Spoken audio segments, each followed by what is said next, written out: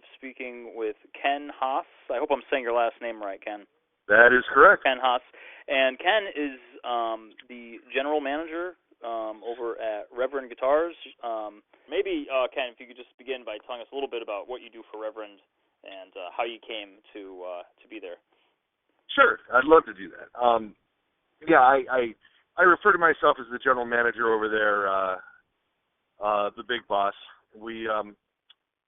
I started with Reverend Musical Instruments with Joe Naylor, the founder. Reverend was started in '97 with a patent for a unique sort of body construction on the electric guitar, and Joe started making some guitars here in East Point, Michigan, right outside of the Detroit area. And in '99, I was playing in a number of bands in the region and I was pretty active. And I actually found a Reverend guitar in a pawn shop in the Detroit area. I'd never heard of it. I thought it was really cool looking. And so and it said East Point, Michigan on the headstock. And at the time, I had a day job selling sandpaper and automotive paint products, of all things. And I was like, man, this guy's got a shop here in town. I bet he uses sandpaper. And so I looked him up and found it, knocked on the door one day and introduced myself. And Joe and I kind of hit it off right away. Oh, that's awesome. Yeah, and he and I have been really good friends ever since. I started, I kind of started with him as an endorser with a couple of really cool guitars. And at the time I was lucky enough to be doing a lot of like local TV stuff, and I don't want to get into the kind of bands I was in, but I was in a rap metal type hip hop thing. A lot of that was going on in the late '90s, if you'll recall. Right. And we used to do a lot of shows locally with Kid Rock and stuff as he was doing his up and coming day. And of course, Kid Rock was one of Joe's first big endorsers, and so we just sort of grew tighter over all of that. Like, I was involved in a music scene that he was already involved in, and everything just sort of came together. And so I believe it was in the summer of '99, he took me to my first NAMM show as a guest and asked me if I'd like to tag along with him and thought I'd enjoy it. While I was there, I sold a couple of the original Reverend guitars to a guitarist named Will Ray, and Will is one of the Helicasters, and he's just an awesome guitar player. At the time, I think he still does write a column in one of the guitar magazines. I think he does like a pawn shop prizes column in Premier Guitar, and he was doing something similar back then, and I just saw him hanging out in the booth, and I was hanging out with some people, and he saw my badge and asked me about the guitars, and I told him about it. He thought it sounded pretty cool, and about a half hour later, I walked by Naylor's booth, and Joe's selling Will a couple guitars, and Joe says to me, how'd you do that? I don't know, maybe he was just standing there. So I like him, I like the guy's music. I started talking to him, and one thing led to another, and I talked him into it, and Joe's like, cool, I want to bring you to every single one of these shows from now on. And I said, yeah, you talked me into it, So I started doing trade shows and guitar shows for Joe for a few years, and I had a couple other things going in my personal life. My selling of body shop supplies parlayed into me owning a small wholesale car business, and I bought and sold cars for a little while. I bought cars from auctions, sold them to dealers, and did a little retailing, and that was it was kind of interesting. It was kind of cool. And all the while working for Joe, kind of part-time doing shows and stuff, and still performing. And eventually, as Reverend started to grow, and I started to more and more of the contacts were mine that I had made at the shows. Finally, I believe it was Winter NAMM in 2005. Reverend just exploded. We had just started with the new product line, and a lot of the guitars that Music Store Live carries were launched in that era, the Warhawks and the Jetstreams and the Chargers, and they were very, very well received, and the club teams were very well received.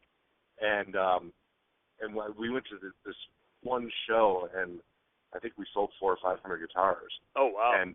And Joe, was, well, geez, all these, after the show was over, Joe was like, I have to hire you full time now. And I was like, yeah.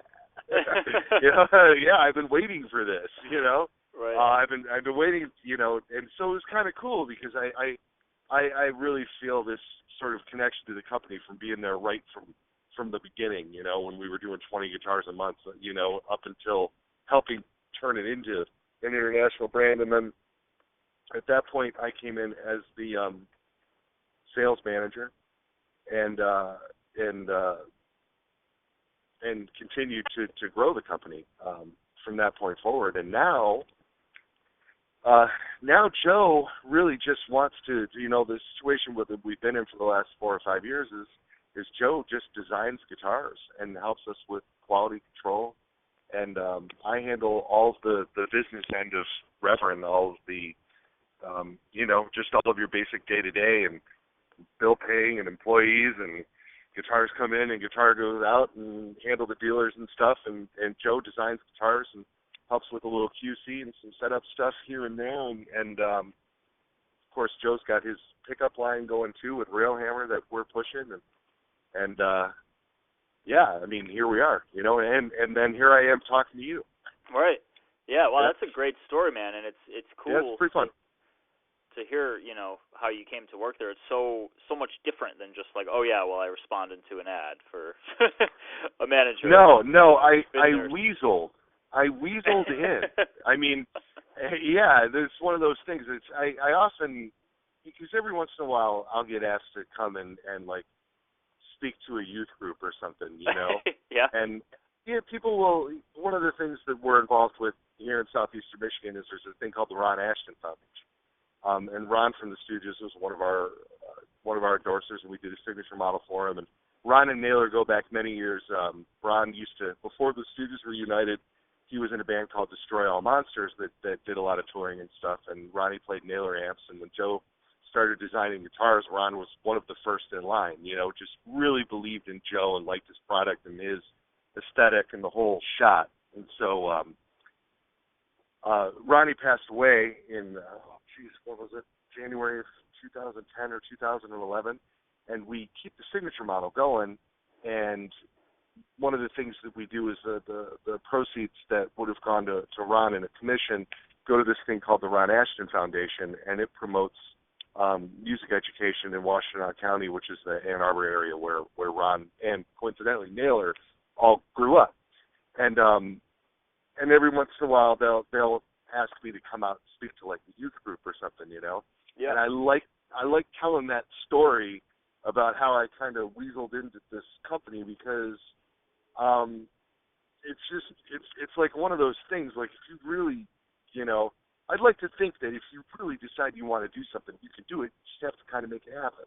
Right. And I like telling that story to kids because the music industry, I think in so many ways seems so daunting, and it was like at one point the switch got flipped in my mind that it's like, well, you know what, I'm not going to be a rock star, yet I just love guitars, and I want to be around guitars all the time, and I loved Joe's guitars, and yeah, I mean, every morning when the key goes into the lock and I go into the place, it's like I get to do this, It's really, really fun, and I love it, and I've surrounded myself with people who feel the same way. So. Yeah, that's a great story, man. It makes me really happy to hear that. It's great to find people that are so invested, and so passionate about building guitars. It's so far removed from the kind of image of like, well, the guitar kind of comes off the line, and so yeah, that's very cool. I'm happy to give you a brief overview of the sort of product itself, and I don't want to get too specific and bore people with details of different models and all that kind of crap. I mean, but the general sort of transformation of what we consider the Reverend guitar to be, if you're interested. Yeah, absolutely. As I mentioned before, the company was started with with a patent for an original body design, and basically what they were, and you can find them out there. You can find them used or whatever. The bodies were the base of around a one-piece mold-injected plastic outer body ring that was white, and that we would run a strip of carina through the middle of the body, and the tops and the backs were a phenolic material, basically like a countertop, and we could use all kinds of crazy things, metal and plastic and all kinds of weird stuff. Some of them were pretty interesting. Bug-eyed chrome was real popular, and engine turned aluminum, and we got to do some neat stuff. And then we had the necks and the pickups made to our specs, and we built the bodies in our shop in East Point and then Warren, Michigan, and then we basically, bolted necks onto the bodies that we made and wired them up, sold them, and that was how the original Reverend guitars were done for like the first 6 years or so. And they were really cool guitars. They were definitely unique. Everything had that sort of hollow body openness. I mean, they were really great blues guitars. If you can imagine, like your traditional semi-hollow bodied guitar, crossing the sound of that with whatever pickup configuration we put into this thing. And they were really neat. I don't think, in retrospect, I don't think the guitars were ever really bright or twangy enough for heavy, country guys. And I don't think that you could ever get that level of compression for hard rock or metal out of the guitars, just because of the way they were constructed. But they did have a sort of a really cool all-around vibe. The problem was that the non-traditional body construction, it was like people either really got it or they just really didn't. Yeah. And I would take the guitars out and show them to artists, and I would have some guys would just look at it and just completely dismiss it, like, oh, that's not wood, I don't even want to touch it, and like not even give it a try, and which was kind of disheartening because we had so much put into it, and then like I said, some guys just freaked out it. So after between we built those between 97 and 2006, and I think we turned out about 4,500 of them or so. And around 2004, we started looking to do something a little bit different. Joe had drawn up some original designs. One of the things about that plastic outer body ring is that we were limited to all of the guitars being the same shape because it was a molded thing, And Joe had just come up with all kinds of other designs and body designs and our Club King design, which is very unique. It's a semi-hollow bolt-on 25.5-inch scale with a carina back and a spruce top, and it really does a thing. It's a really cool guitar. And we couldn't realize the visions for some of these other guitars that he had designed with what we were doing then. And so we started looking for a manufacturer to build some of the original designs for us. And we settled on a company called Murr. Murr, yeah. They're in South Korea. Multi-generational instrument building company. Really, really cool guys. And the owner over there, his name is Mr. Cho, is just, it's such an interesting story. I had the opportunity I've had the opportunity to have dinner with him a few times. He's a really neat person. He always, comes out to the NAMM show and we talk about product and get our stuff going. And one of the times we were with him, I asked him how he started getting into guitar building, and his dad and his grandfather were making, violins, musical instruments, and the stuff. You know what I mean? Just general musical instruments. Yeah. String instruments. And Mr. Cho saw the Beatles on Ed Sullivan. And literally talked his dad and his grandfather to start to build electric guitars. And that story just cracks me up because it's in Korea on the other side of the globe. Right. And how many times have you heard that story here, like how influential that night was? Like where you were when that happened. In American culture, yeah. And then to find out that it impacted this guy's life, halfway around the globe, I just think is the funniest thing ever. But at any rate, And so we sent some of these designs over to them, and we had prototypes built, and we got the guitars in, and Joe called me. This is right before I started working for him full time. And he gave me, take these out, play them, do the thing. What do you think of this? Sit down and really spend some time with us. And we all kind of came to the conclusion around Reverend that this stuff just, was as good as, and in a lot of cases, just blew away the stuff that we were making. I mean, we could do things with the guitars that we were, limited with the construction on the old ones.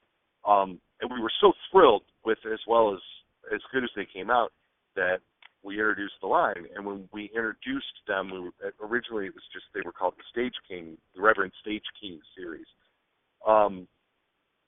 Real quickly, it completely overshadowed the original stuff that we were building. And at one point, I think we went on a 3-month streak where we didn't have an order for one of the original guitars. And the writing was on the wall. I mean, it was just, I guess this is what we do now, which is great because, people, the reaction was good and people liked them. So I think we built the last body in Michigan in early 2006, and since then all of the guitars have been coming from her. Wow. And now our facility is in Livonia, Michigan, which is about halfway between downtown Detroit and downtown Ann Arbor, and we bring over guitars on a monthly basis. And our head tech is a gentleman named Zach Green.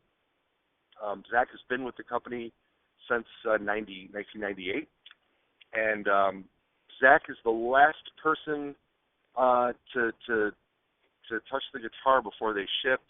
So we're not like this company that's moving boxes around. What happens at our shop in Livonia is the guitars come in from Korea, and they get opened up and inspected, and then everything gets a full setup. We mostly use D'Addario strings in the house unless we have other requests or specific things with artists that we're working with or whatever. Mm-hmm. And all the trems get set up, that slots get filed properly, fret ends done in the wintertime.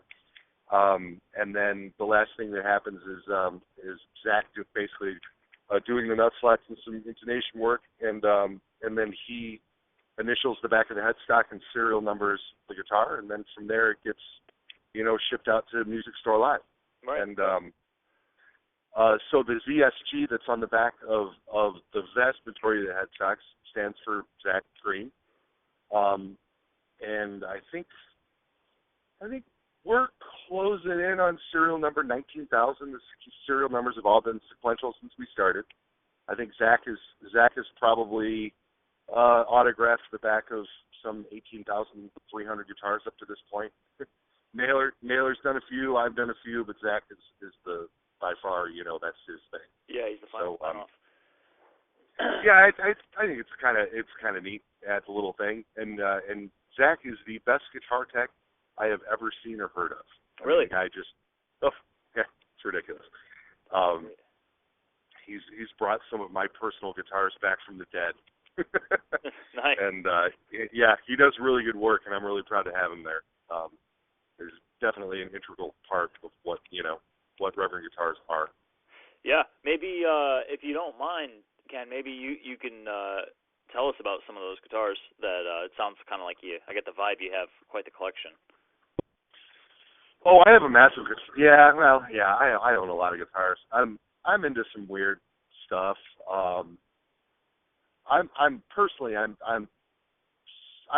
do have some cool vintage pieces. That I'm really. My first guitar was a '68 Kelly. It belonged to my uncle. My uncle passed away in 1980, and that was kind of what inspired me to start playing. He was a local musician in the Detroit area, and really a hell of a good player. He did a lot of stuff. He played in a U.S.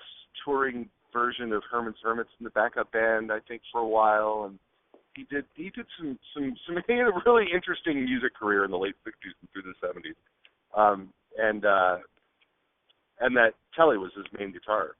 and he had a twin as well. And I have both of those things. That's sort of what started me down the road. And so you still have them? Of course, now? I started playing punk rock in the 80s. The 68 Telly didn't work for my particular brand of punk rock that I enjoyed doing. You know, I played a little heavier than the Clash. Yeah. So Telly thing didn't really cut it for me, and I started getting into humbucker guitars. And around 1989, I shitty little punk band that I was in called the Culture Bandits opened up for a West Coast band called Big Drill Car, and I just loved that band. And they were on Cruise Records with All and the Descendants and the Chemical People, and that was sort of just a scene of music that I was really into when I was, you know, a late teenager and into my early 20s and such. And that guy, the guy in Big Drill Car, played Ibanez RG, and I'd never seen anybody, you know, just bang so many harmonics before and do all that crazy whammy bar stuff. And because I guess I sort of knew who Steve Vai was, but that wasn't really what I did. You know what I mean? Yeah. And seeing this guy play that guitar, I just thought it was really cool. Within a few weeks, I had one, and I'm still a pretty avid trend user, and I've got some weird Ibanez's. I've got an original Iceman from 1976 when it was the Model 2663, and I've got some Japanese only guitars that I've bought from Army guys that have brought them back from Japan, and you know, I'm into like quirky Asian builds, and I think the quality of guitar that comes out of Japan and Korea is unrivaled. I mean, you can hold the quality of the builds that come out of there up with guitars that come from anywhere in the world. Yeah. It's what they do, you know, and they're so serious about quality control in those markets over there, and they compete so heavily with each other to outdo each other between say Korea and Japan, that basically the American consumer benefits. Right. You know, from the quality of the build that you can get. So it's really cool, and I have, like I said, I have a number of guitars from that era, and then I have quite a few. I have quite a few really cool Reverends. Mr. Naylor, for a while there when I was working those trade shows and guitar shows with him, he would, you know, give me a guitar for doing something. Oh wow, that's awesome. and I would be like, and then I would just come up with like the wackiest crap I could come up with. You know, can you build me one with a orange top and a Bigsby and a, you know, whatever I could think of, you know, from different options and things that he was offering, or sometimes he would get samples of tops that never went into production, and I've got a number of those older guitars that have some really unique configurations and colors that weren't offered and stuff, and that's cool. And then I've also kept a number of the prototypes of the stuff in our current line, and signature models and stuff. I like to get the guys to autograph them, and then I hang on to them. I've got the prototype Hinson. Oh, very cool. And yeah, I'm a huge fan of the King. And yeah, a lot of neat stuff. So that's cool. So like, what's your go-to? Like, if you know you have to play a gig tonight, just a normal thing. What guitar do you grab? I currently front a band called the Poco Floyd Show. I wanted to ask you about that as well. It is a Pink Floyd tribute polka band. Right, it's exactly what it sounds like. Yes, it's a 5-piece. I play guitar and sing, bass, drums, electric piano, and accordion. And it's a little freaky. It's funny. Their songs translate really well, and it's not a joke band. We actually take the material pretty seriously. We do Echoes in its entirety. We do The Dark Side of the Moon in its entirety. Wish You Were Here record in its entirety. We've been known to perform The Wall from beginning to end. We have a lot of fun with it, and it's interesting how the music sort of translates into 2/4 and 3/4 time. Yeah. In that band, I use our 6-gun a lot, and I use our Pete Anderson Eastsider S guitar a lot. It just handles the they handle the game, you know, and while keeping that sort of single coil tone that you need to perform the songs properly. You know, I mean, I sat and learned the solos.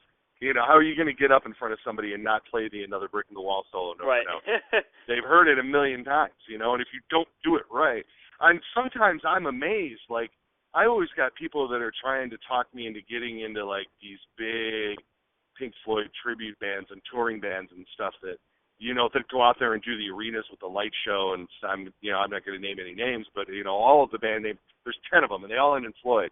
And every time I see clips of these bands, you see one of these bands doing Comfortably Numb or something, and the guitar player, like, going off and doing his own solo, and I'm always like, really? I mean, good for you, you're a good player and shit, and that's cool, you know, it's just like, wow, I always feel like when I'm playing that material that, yeah, I mean, it's bad enough we're screwing with the drum signature, I better play the solos, right? Right, yeah. And, that, too, and I've also seen just the tone being, you know, totally off, which is an even more heinous crime if you're talking about David Gilmour. Right, but, right. And I use a lot of pedals. You know, I use a lot of pedals in order to get that, in order to get his thing down. A number of different things. I run a couple of Zebex Fox Rocks in a series and get different levels of gain for different things out of, you know, depending on the different boots and stuff that I have on. I'm a big fan of taking 2 or 3 of the same pedal and putting them in a row with different settings. Oh, wow. That's very cool. I never think of doing that. And then of course the one pedal board then runs into a second pedal board with a 15-year-old Line 6 DL4 delay pedal that I can tempo and do all the stuff and then get the flange delay, and I can really mimic the Run Like Hell thing really well. And you know, it's just been, I'm so used to it. There's so many options for delay pedals now. But I bought this thing new, and it's never really let me down. So yeah. So now, do you have a background in polka? Like, where does the polka part of it come from? No, I don't. I right before I started working for Joe full time, I was doing a bunch of different things. I was doing the auto sales thing, and I was bartending at night. And the bartending job I had was a really good one, and of course the place went under, because why wouldn't it? And these rock bars never last for very long. And so my wife circled an ad in the paper for a cover band looking for a guitar player, and I mean, you know, I had been playing guitar in bands for 25 years, and I had no idea how to play Brown Eyed Girl or Mustang Sally. I didn't even know what that, you know, I had heard them, but it didn't mean anything to me. Right. And so but I thought I needed the money, and this was it was like a 10-piece band with a full horn section and a Hammond organ and the whole shot, and I'm like, well, that's different, you know. And so I got together with one of the guys, and they gave me a little demo CD of the songs that they do, and I learned them, and I auditioned, and I got in, and the money was good, you know.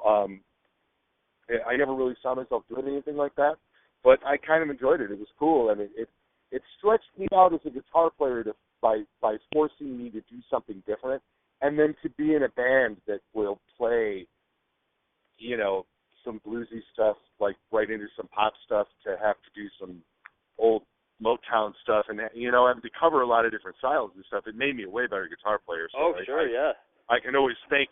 I'm glad I got into it, you know. Well, the bass player and the drummer from that band are in Poco Floyd with me, and they were in a touring polka band at the time, and so there would be, you know, there would be at least like a weekend a month that they would be going to the East Coast from where we are in the Detroit-Toledo area to do shows. They got paid really, really well to do these traditional polka gigs. And I just thought that was the goofiest thing I'd ever heard in my life. I'm like, dude, what? You know? And because I couldn't even fathom, like, I didn't know that existed or still went on or whatever. It was still outside of my realm of, you know, of the music world. So I started, you know, naturally making fun of him. Of course. What else is there? Right. And one day at practice, I just, to like be a smartass, started playing Comfortably Numb in 2/4 time with a thumb and finger style sort of Chet Atkinsy kind of arrangement. And these two guys just totally dropped in and started playing it with me. And when I went to the change, they went to the change. And when I went to the solo, they went back to the original part, and I just hit a couple of pedals and played the lead over the 2/4 time. And we kind of wrapped it up. We just started laughing, and our one of the horn players in the band was like, "Oh, you guys are Poco Floyd," and then that was it. It was over. Oh my God, that's and awesome. So I started coming to it. Like, I went home and worked out a 2/4 arrangement of "Have a Cigar," and then an arrangement of "Hey You," and I would come back and I would show them the chord changes and stuff. And of course, they've heard the songs and you've heard the songs many times, and so they were. Once I showed them what the arrangement was, these guys got it, and then that band eventually, broke up like most good cover bands do. Yeah, everybody sort of went off and started doing different things. And the polka guys called me, Frankie and Eric, and they wanted to go into the studio to record it, and they wanted to play it through the PA at their traditional polka gigs just to have a laugh, because they kept talking about how much they liked, just goofing around with it at practice and at sound checks and stuff. And so we went in to record it, and then that led to, we should do a gig and see if anybody comes. And the accordion player, Eric, in the original time we recorded, was playing the piano parts, and my wife, Penny, who runs Reverend Guitars with me, she handles all of our social media and stuff, and press releases and PR and different things. But at any rate, she plays the piano, and I said, well, why don't I bring Penny in to cover the piano parts? That way you can just be on accordion full time. And we got together 45 minutes worth of music and booked a show at a rock bar, and like 300 people showed up. And it was mayhem, and we were just like, whoa, I guess we have to do this. And that was, I think, it's been 7 or 8 years now. And in that time, we've played all over the place. We're a lot of big festivals, real busy in October. We've been out to, Bethlehem to do their big Oktoberfest and in eastern Pennsylvania, and Budweiser and Solard were bringing us out to St. Louis to do their Oktoberfest for a while. Oh, wow. And this year we're heading to Milwaukee to do their Oktoberfest. I booked 5 dates on the East Coast in New York, Long Island, and eastern Pennsylvania this year, doing stuff with that. And when I travel, I'll sort of integrate doing dealer appearances, as well. Yeah. I think we're going to do a short set at a couple of our dealers while we're out there. We were invited to play the Winter NAMM show a couple of years ago, which was a little much for me to running what Reverend Hall has to do and to perform out there was a lot. But it was kind of neat because we were asked, and I was kind of blown away by that, where they had like somebody had heard about it and they thought it would be really interesting and a way to tie in, because they're always looking for multi-instrumental type things, and I think they just wanted to get an accordion on stage, and it was really, really fun and kind of daunting. I'm sure, yeah. Looking out over 1,500 NAMM attendees with their arms crossed like this. Yeah, come on, impress us. We're like, oh shit. But it was really, really fun, and I'm glad I didn't. I wouldn't trade the experience for anything. It was really cool, and best sound people I've ever worked with in my music career. They're really cool stuff. So yeah, I do that, and I play steel guitar in a Americana sort of rock band as well, and I play a little six string in that. And I use the Pete Anderson East Sider has been my main instrument for that as well, and so I still play. I perform, at least once a week somewhere. Yeah, that's good. And then sometimes more than that. And the band I play steel guitar in is playing in Nashville a couple times over the weekend of Summer NAMM this year too. So we'll be around there. We're going to do a show when Reeves Gabrels and his Imaginary Friends comes up into the Midwest. We do shows with him here, and so we're having a big NAMM party with Reeves this year down there, and we're going to perform with him, and I think we're going to do a couple other things while we're down there we've been asked to do, which is cool. And it's fun. Great. I like it. I like the act of like, yeah, I sell these and I use them. Yeah, it's like the best, kind of endorsement you could get. Ken, I'm gonna let you go, but before I do, I have one last question for you. We've been asking everyone we interview this, and I'm interested in what you'll have to say. What is music? What is music? Yeah. all of a sudden we got all like hippie mess existential. Is that what unknown Hinton would say? Why are you getting existential on me? Right. Yeah. Well, it doesn't have to be. You know, you go that way. No. It's a great question because it's not. Music is different things to different people, and I know a lot of people who music to them is something that comes out of their iPhone or their MP3 player or whatever. They don't have a connection to an instrument. So people like that view music in a completely different way than I do. I view music from an instrument standpoint, and when I listen to music, I think about the way it was played and the way it was recorded, and I hear music differently than people who haven't played and recorded do, I think, and so I think it's such a highly personal thing. I mean, to me, music is guitar, and because that's what I think of, I guess, when I think of music, and that's what I listen for when I listen to music. And that's not to say that I strictly listen to guitar stuff. I love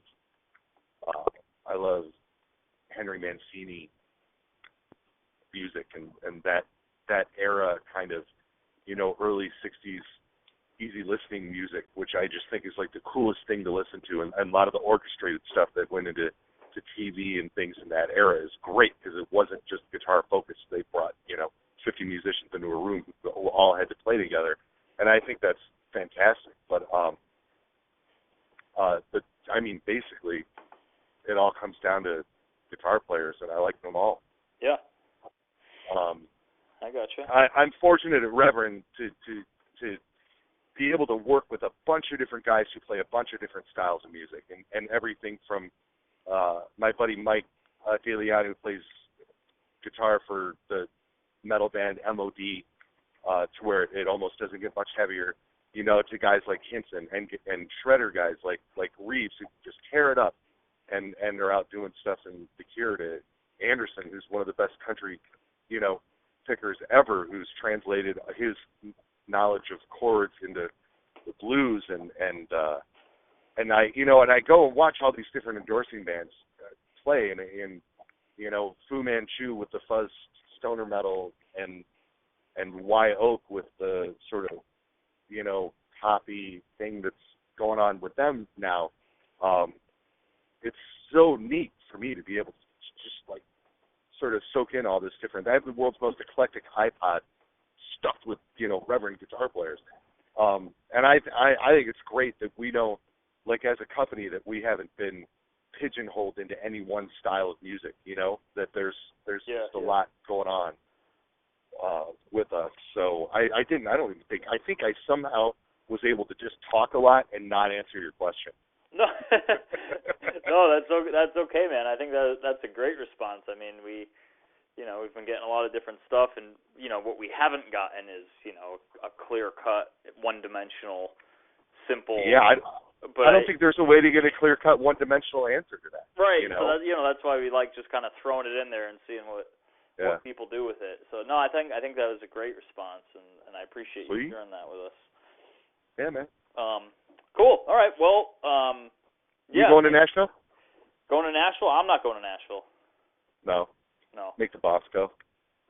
What's that? Said you're going to make the boss go. Bosco? I don't know what that is. Oh, no, the boss. You're going to make your boss is going to go. Oh, the boss, yes. Yeah, the boss. The boss, the big boss. Big shooters. We'll definitely have someone down there. But, yeah, I usually just hang out here and, Somebody hold down the fort. Hold down the fort and, make coffee and all that kind of thing. So. Well, I really want to get up there and do something like this in person. I want to get on video with you guys and do some stuff. Man, we would love that. Yeah. Hopefully between now and the end of the year. I'm going to be out on the East Coast with Poco Floyd in October, but we're not going to be getting as far north as you guys. I think I'm gonna want to try to plan some sort of a separate trip. Yeah. Well, hey, I'll tell Ben. He knows. Okay. We bounce it around. I was actually going to do something a couple of weeks ago with you guys, and then his schedule and my schedule, it didn't pan out. But I was Yeah. going to come out. I was going to come out mid-June and do some shit that just didn't work. So whatever. So we just decided to push it back towards the end of the summer. Yeah. Well, that's great, man. I hope you make it out here, and you should definitely try to come during the summer, because Burlington is like the best spot at all. Ever in the summer, and then in the winter it's extremely miserable and cold. It's like the most bipolar area of the country. But yeah, in the summer it's the spot to be. So lots of music happening too. So. Yeah, that's cool. I'm looking forward to it, man. I think that'd be really, really cool. We'll make it happen for sure. Yeah. And if you put this thing together and something doesn't sound right, or you need anything further from me, don't hesitate to call. Yeah, absolutely. I think it'll be just fine. But yeah, if that's the case, I will definitely get in touch. Cool. And I didn't say I hated anybody. I didn't call anybody a dick. Right. Yeah. Great. Really. I mean, I did good. I must have had a good day today or something. I know. Yeah. It was. Yeah. I thought. Yeah. You did very well. Yeah. So thank you, Ken. You bet, man. Take care. All right. I'll see you. See you.